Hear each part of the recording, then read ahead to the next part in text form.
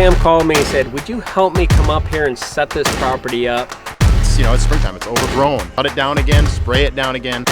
We get to start on food plot number 2. To think we're in our 3rd year of reshaping this property and what it was like when we started versus where we are now is crazy. I definitely underestimated the amount of work that goes into making something like this happen. But Pat always reminded me that 3 to 5 years is what it takes to start seeing things pay off. I'm kind of running into some interesting deer management issues on my property.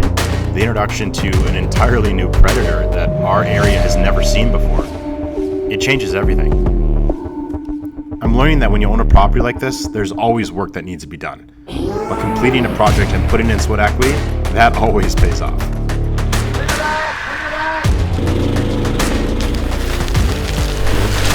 Pretty good chance we'll have a gun to shoot once. At this point, we just have to sit back and hope that all the hard work we've put in the last few years starts to pay off.